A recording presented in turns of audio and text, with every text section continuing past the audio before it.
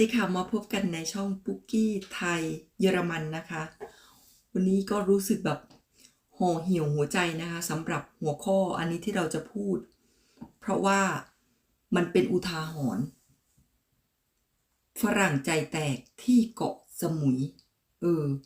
แล้วมันเป็นยังไงมันถึงได้มาสะเทือนถึงประเทศเยอรมันนะซึ่งอันนี้ก็เป็นเรื่องราวที่มีคนมาแชร์เอาไว้และเราคิดว่ามันเป็นสิ่งที่เราควรจะรู้เอาไว้เมียฝรั่งที่อยู่ในต่างประเทศอย่างเราหรือคนอื่นๆที่แต่งงานกับสามีแล้วสามีเสียชีวิตแล้วเราเองก็ได้เงินแม่ม่ายคือเราเองก็ได้เงินของสามีสำหรับการใช้ชีวิตอยู่และก็อาจจะรู้สึกเหงาก็ไปเจอกับคนใหม่ซึ่งมีอายุไล่เลี่ยกันแล้วเรื่องนี้มันจะทำให้เราเรียกว่าอะไรนะคาดไม่ถึงแล้วก็ชีวิตไม่รู้จะไปทางไหนต่อวันนี้เราจะมาพูดถึงการที่เราเตือนภัยสาวไทยแล้วก็วิธีการแก้ปัญหาถ้าเกิดกรณีแบบนี้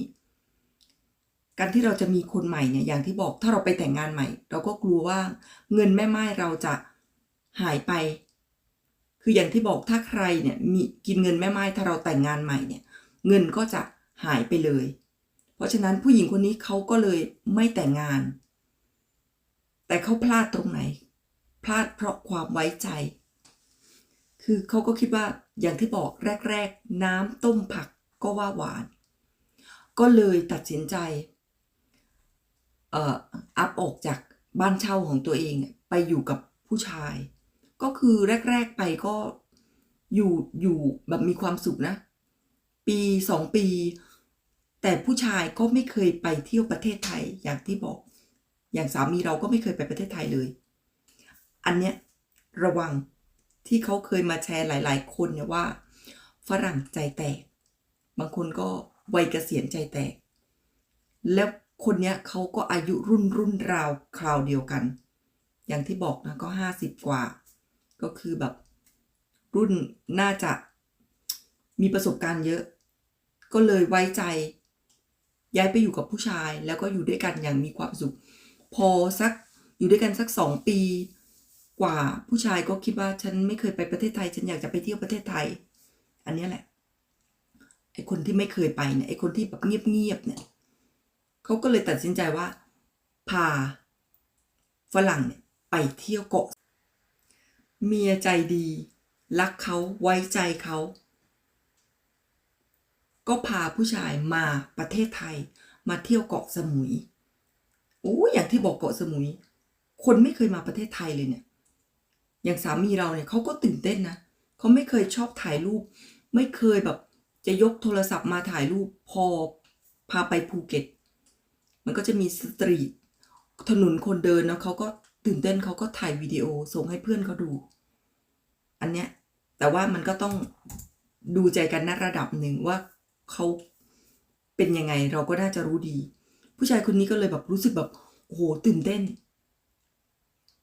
หนุ่มวัยเกษียณเนี่ยคือฝรั่งของเขาเนี่ยรู้สึกตื่นเต้นแล้วแบบถูกใจมากเลยมีความสุขผู้หญิงสวยๆในเกาะสมุยเดินกันแบบเหมือนแบบเลือกได้อะแล้วก็มีคนแบบเห็นว่าเป็นฝรั่งก็ให้ความสนใจเขาก็เลยแบบมีความสุข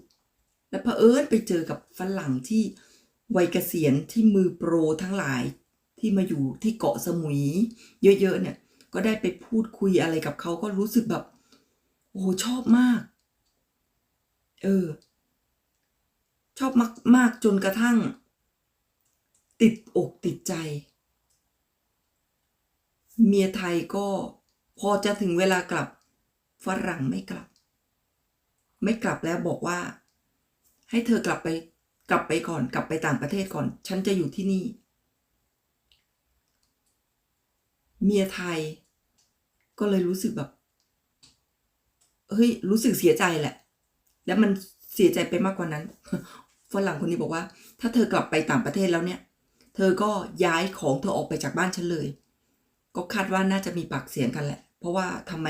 ถึงเปลี่ยนไปแบบนี้ก็คงจะไม่พอใจแล้วก็คือแบบผมไม่รักคุณแล้วหรืออะไรอย่างเงี้ย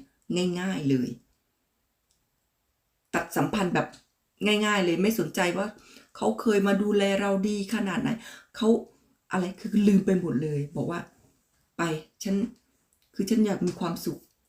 ฉันมีผู้หญิงสวยๆอายุน้อยกว่าเธออีกก็อย่างที่บอกอายุเท่ากันก็มาเจออ้อสาวๆมาอ้อซ้อเอาใจก็ไล่เมียให้กลับไปคนเดียวแล้วก็ไปเอาของออกขนของเข้าของออกไปอันเนี้ยเราอาจจะเจอนะวิธีการแก้ปัญหาก็คือ 1. การที่เราไม่มีทะเบียนสมรสเนี่ย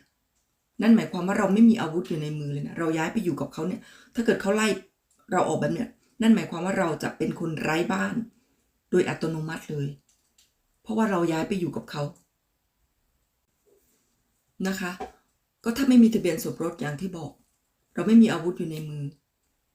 อันต่อมาก็คือเราต้องดูท่าทีท่าทาง